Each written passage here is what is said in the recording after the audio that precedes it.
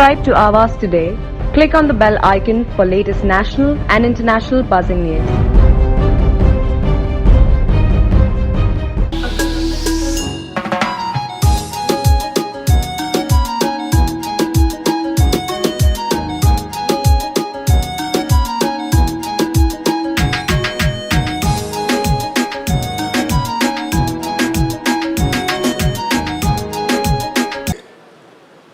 Cabinet मंत्री माझे मित्र जितेंद्र आव्हाड साहेब, खासदार राजन विचारे साहेब, माजी खासदार परांजपेजी,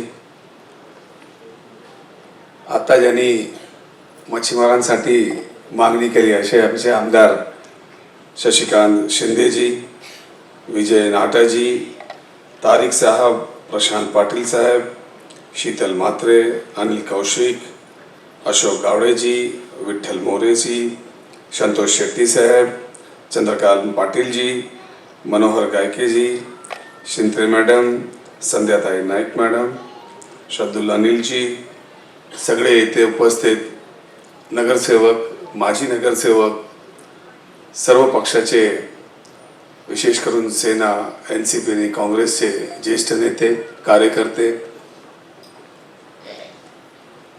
संपर्क मंत्री झाल्यानंतर नवी मुंबई आणि या विभागामध्ये 3-4 दौरे माझे झाले आणि बरेच स्वतःचे पक्षाचे व बाकी 2 पक्षाचे लोकांची भावना सध्याची हे दिसत आहे की महापौर महाविकास आघाडीचाच असावा आणि हे करत असताना काय थोडाफार जे भाषणामध्ये आलेलं आहे ते दिसून येतो, म्हणजे सीटच्या बद्दल, म्हणजे नेत्यांचा प्रॉब्लेम आहे, कार्यकर्त्यांचा प्रॉब्लेम मला इथे कुठे दिसत नाही आणि ते नेत्यांचा प्रॉब्लेम नेत्यांनी जर व्यवस्थित समजून घेतलं तर 100% महाविकास आघाडीचा महापौर येणार. आजची जी परिस्थिती आपण सगळे बघत आहेत की नवी मुंबईमध्ये हा बदल कशासाठी आणि का व्हावा, तर फक्त हा प्रश्न नवी मुंबईचा नाही, हा प्रश्न आता देशाचा आहे. हे छोटे छोटे जे इलेक्शन असतात, ग्रामपंचायतचा असू दे, कॉर्पोरेशनचा असू द्या, हे सगळे इलेक्शनचा एक मोठा इम्पॅक्ट असतो. आज देशाचे जे हाल झालेले आहेत तीच हाल नवी मुंबईचं आहे.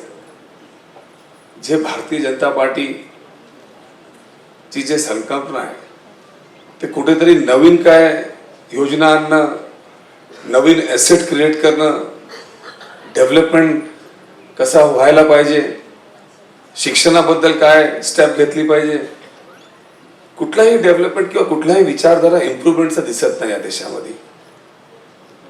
आणि बाबासाहेब आंबेडकरांनी जे कॉन्स्टिट्यूशन तयार केलंय त्याला दिमक सारखा हसते हसते हसते कसं संपवायचं ह्याच्यावरती हे सगळं चाललंय.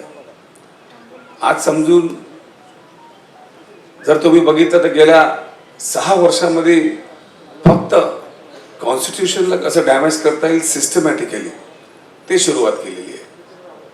पहिला जे हा देशमध्ये जे मोठी एक परंपरा सांगा की प्रत्येक मनामध्ये जे असतं ते असतं लोकांचं रिलिजियस सेटलमेंट. ते रिलिजियस सेटलमेंटलाच खेळायचं काम गेल्या 6 वर्षापासून चालू आहे. महिला इथे बसलेल्या आहेत, त्यांना हे विचार कधी लोकांना समजत नाही की गॅसचं जे सिलेंडर युपीए मध्ये काय रेट होता आणि आज काय रेट झालेला आहे, पेट्रोल आणि डिझेल गेल्या 6 वर्षामध्ये काय रेट झालेला आहे, जे धान्य खरेदी होत होतं ते धान्याचं रेट कुठे होत चाललेलं आहे, गरीब माणसांनी जगावा कसा, शिकलेल्या मुलांनी जायचं कुठे याच्याबद्दल चर्चाच नाही. जे काम संस्थाचं आहे ते संस्थाचं काम सोडून पक्ष करायला लागलेलं आहे. मग देश कसं चालणार? प्रश्न नवी मुंबईचा नाही, प्रश्न देशाचा आहे. या देश आज एवढं मोठ्या संकटात आहे. एका ठिकाणी बोललं जातं पोट आहे माझ्याकडे जबाबदारीने सांगतो. एका ठिकाणी बोललं जातं की चायनाचा काय माल घ्यायचा नाही. चायनाचा माल थांबलाच कुठे विचारा साहेब. जरा पार्लिमेंटमध्ये तुम्ही प्रश्न विचारा की बाकीच्या लोकांना तुम्ही सांगता की हे चायनावरून आलं हे घेऊ नका ते घेऊ नका, पण चायनावरून येणारा माल थांबला कुठे आहे. आजही देशामध्ये तेवढंच आहे. लोकांना फसवणूक करायचं, धंदा करण्यासाठी देश नाही चालवायचा. देशची इंटिग्रिटी देशच्या पुढे नेण्यासाठी जे करता येईल ते करायला हवे. आज एवढा मोठा देशवरती आहे, एवढा मोठा धोका या देशावरती आहे. हे आता व्हॉट्सअप चॅट, त्या माकड्याचं व्हॉट्सअप चॅट तुम्ही बघितलं असेल त्या अर्णब गोस्वामीचा, बघितलंय का नाही तुम्ही? अहो एवढा तो भोकायचा आणि शेवटी त्याच्या चॅट मध्ये काय एवढा मोठा प्रश्न आज देशासमोर आहे, देशाची सिक्युरिटीचा. आम्हीही मंत्री आहोत. मंत्री असताना आम्ही शपथ घेतोय की ते कॉन्फिडेन्शियल गोष्ट असणार, जे अधिकाऱ्यांबरोबर असणार ते आमच्यामध्ये असणार. आज देशाचा डिफेन्सचा विशेष म्हणून धंद्याचा असला तर समजू शकतो हे धंदेवाले लोक आहेत, काही धंद्यासाठी काहीच करतील कुठेही जातील. पण देशाची सिक्युरिटीचा प्रश्न आहे आणि इंटरनल स्ट्राईकच्या बद्दल ते चॅट मध्ये, स्ट्राईक होण्याच्या आधी त्याच्याबद्दल ते चॅट मध्ये येतं आणि कुठलीही चॅनल त्याला दाखवायला तयार नाही. सो मोठं कुठलाही जज त्याच्यावरती दखल घेण्यासाठी तयार नाही. एजन्सीज असं वाटतं की या देशामध्ये आहे की नाही. एजन्सीत असं वाटतं की कार्यकर्ता कुठल्या पक्षाचे कार्यकर्ते झालेत का. हे सगळं आपल्याला बघावं लागेल. आज काय परिस्थिती आहे. घर किती तुमचं चांगलं असेल, जर शेजारी राहणारा मनुष्य चांगला नसता तर तुम्ही घरात राहू शकता का सुखूनाने, आनंदाने राहू शकता का? प्रश्नच येत नाही. मग पाकिस्तान असू दे की चायना असू दे, बर्मा असू दे, नेपाळ असू द्या, जेवढे आजूबाजूचे देश आहेत कोणाबरोबर आपले रिश्ते चांगले नाही. या दिशेने जर देश चालू लागला तर कुठे नेणार. आणि शोधात ती बाईला जे विशेष म्हणून भारतीय जनता पार्टीच्या प्रचार मध्ये होती, अब बहुत हुआ अत्याचार, अब की बार मोदी सरकार. तिचं कौतुक करा. काय कुठे नेला आमचे महिलांचं काय झालेलं गेल्या 6 वर्षामध्ये, हे काय चाललंय. आणि आज पक्ष कोणालाही तिकीट दिलं, शेवटी इथे बसणारी जे लोक असतात ते तुमच्या कांद्यावरच येऊन इथे बसतात. तुम्ही जे निर्णय घेतला तोच नक्की नेता होतोय, महापौर होतोय, आमदार होतोय, खासदार होतोय. आज पक्ष बघू नका किंवा कुठला नेता दिला ते बघू नका. देशासाठी तुम्ही मतदान करा, देशासाठी तुम्ही लोकांकडे जा, कारण तुम्हीच लोक जाणार आहे. आणि चांगल्या पद्धतीने स्ट्रॅटेजी तयार केलेली आहे. बघत होतो मी तिथे प्रत्येक पक्षाचे एक लोक असणार, मग बूथ वाईज कशी असणार, एरिया वाईज कशी असणार, त्यांच्याकडे पैसे आहेत. पैसे आले कुठून? तुमच्यापैकी कोणाचा धंदा वाढला का? इथे पण नाही वाढला, इथे पण नाही वाढला. आमच्याकडे पण कोण जास्त फाईल वगैरे येत नाही जितेंद्रजी, माहिती करोना आल्यानंतर. पैसे यायचे आधी द्यायचं काम चालू केलं. अशी परिस्थितीमध्ये पण महाविकास आघाडी लोकांचे धंदा व्यवस्थित व्हावा, बिल्डरनी जगावं, छोटे छोटे जे कॉर्पोरेशनचे लोकांनी जगावं, त्याच्यासाठी असे निर्णय घेत चाललेले आहेत. आणि एका ठिकाणी किडनॅपिंग सारखी बंडखोरी सारखं हे काम करण्यासाठी देशामध्ये नवीन गती चालू केली. एक्स्ट्रॉशन आणि किडनॅपिंग मर्ज करून जर कुठली पार्टी तयार झाली असेल तर ती भारतीय जनता पार्टी आहे. कारण 2 आमदार निवडून आले तर सरकार होतं. देशात थोडा झकाट कुठे असं दिसणार नाही. 2 आमदार निवडून आल्याने सरकार कसं धमकवायचं, उचलून न्यायचं, पैसे घे नाही तर मारू, आतमध्ये टाकू. आधी तुम्ही बघा देशामध्ये जे जे व्हायचे, एअरपोर्ट कोणी बांधलं, कोणाबरोबर करार झाला, सगळं तयार झाल्यानंतर कोणाला देण्यात येत आहे. हे तर काय एक्स्ट्रॉशन नाही.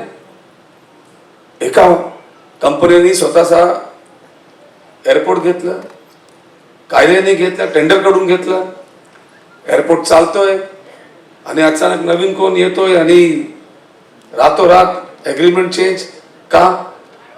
आठवडा आधी येऊन सांगतोय मीडियावरती की बाबा माझ्यावरती असा अत्याचार होतोय, त्यानंतर सुद्धा त्याच्या घरातल्या लोकांना ईडी, इन्कम टॅक्स त्या नावाने उचललं जातं. 15 दिवसानंतर परत टीव्ही मध्ये येतं की हा एअरपोर्ट काढून घेतला, अमुकांना देऊन टाकलाय. तरी सुद्धा लोकांना धावण्याचे पुढे जात नाही. आज डेव्हलपमेंटची गोष्टच नाही. भारतीय जनता पार्टीचा फक्त पैसे कुठल्या नावाने घेता येईल आपल्याला तेच चालू आहे. सेना बरोबर 20 वर्ष 25 वर्ष होतं, त्या टायमाला कधी त्यांचा हिंदुत्वाबद्दल प्रश्न उचलला नाही.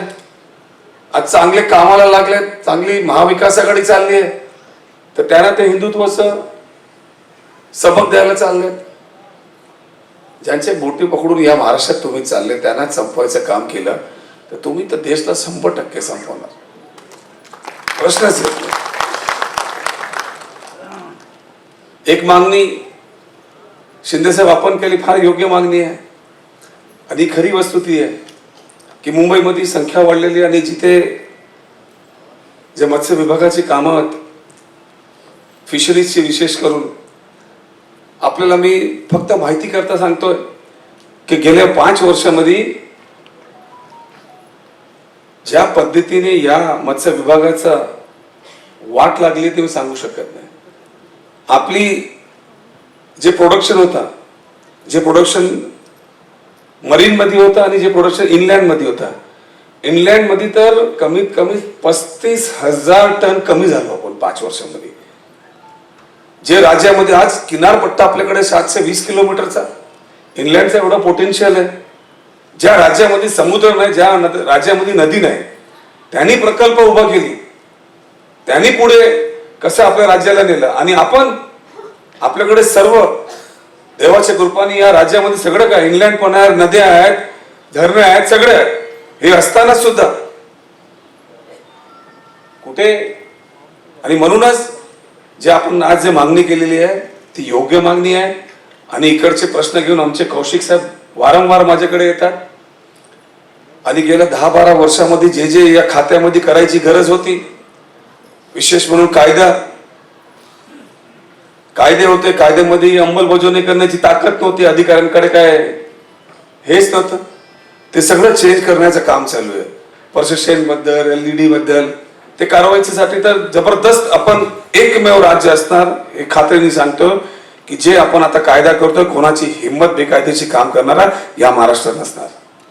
आणि एका महिन्यामध्ये ते कायदा बहुतेक पास होऊन जाणार, कॅबिनेटमध्ये येणार आहे. हे झालं तर कारवाईचं. पण प्रोडक्शन वाढण्यासाठी काय केलं पाहिजे, डेव्हलपमेंट कसा मच्छीमारांचं झालं पाहिजे. आपण एक मागणी केली त्याच्याबद्दल तर 100% 10 दिवसाच्या आत मी मीटिंग लावतो आणि सगळ्या मंत्र्यांना किंवा सगळ्यांना बोलून घेतो. डेव्हलपमेंट कसा मच्छीमारांचा झाला पाहिजे. अजून काही या राज्यात ते ट्यूब वरती बसून विचारे माछीमारी करतात.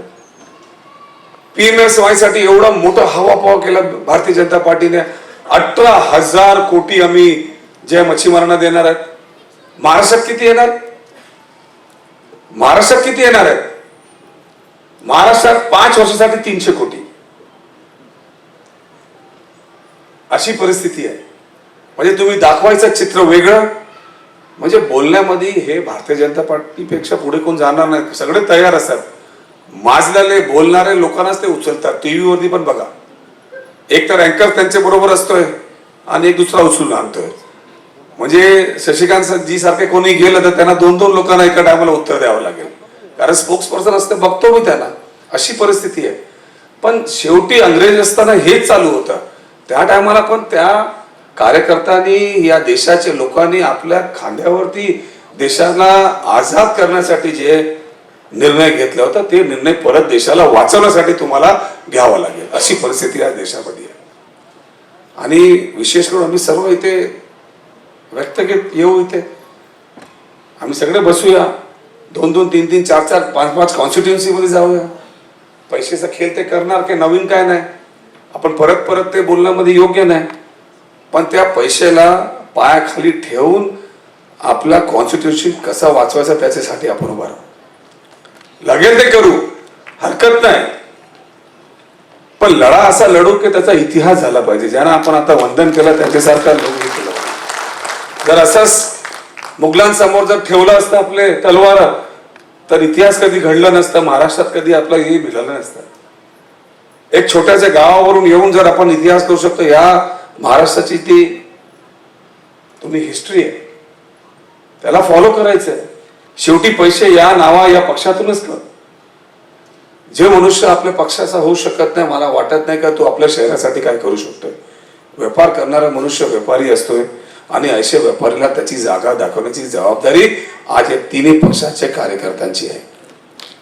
आणि मला पूर्ण विश्वास आहे की आज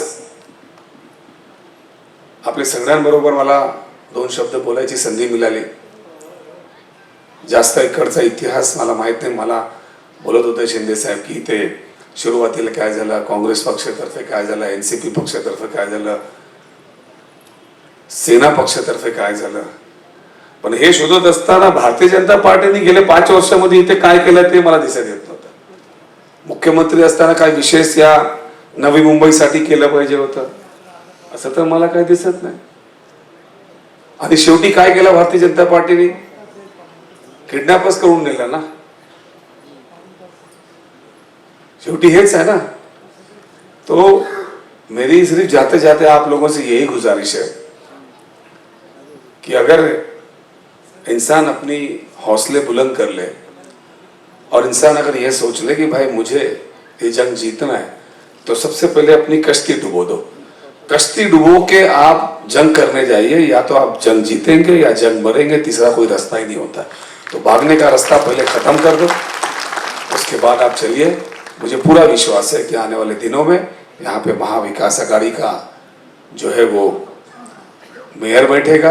और उसके बाद जो जो बातें आज हमने की है, एक मीटिंग मेरे चैम्बर में होगी, दूसरी मीटिंग सारे अधिकारियों को लेके शशिकांत सिंह जी, हमारे जो है मेंबर ऑफ पार्लियामेंट है जितेंद्र अवार्डी, तीनों पक्ष के नेताओं के साथ इसी विभाग में जाके हम देखेंगे कि कहाँ पे हम नया पोर्ट शुरू कर सकते हैं, जहां हम इन मछुआरों के लिए जो है वो सारी फैसिलिटीज जो हम टीवीज में देखते हैं, वो जाके फॉरेन्स घूम के देखते हैं.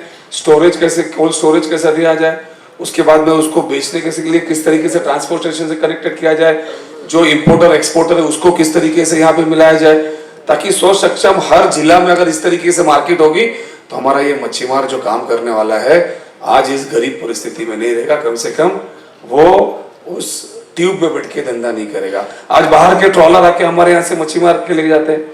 आज कई सालों से इन्होंने, कौशिक साहब ने मेरे सामने प्रश्न लाया कि मच्छीमार जो इफेक्टेड हो उनको अभी तक का पैसा नहीं मिला.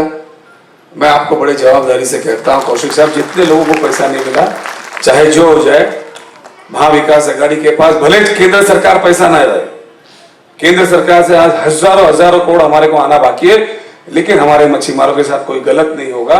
जो जो सर्वे हुआ है और उनको पैसा नहीं मिला है, वो सारे लोगों को पैसे दिलाने की जवाबदारी मैं यहाँ से लेता हूँ. और आप लोगों ने मुझे सुना, सहा, आप सभी लोगों का तहे दिल से शुक्रिया अदा करता हूँ. जय हिंद, जय Maharashtra. Subscribe to Awaaz today. Click on the bell icon for latest national and international buzzing news.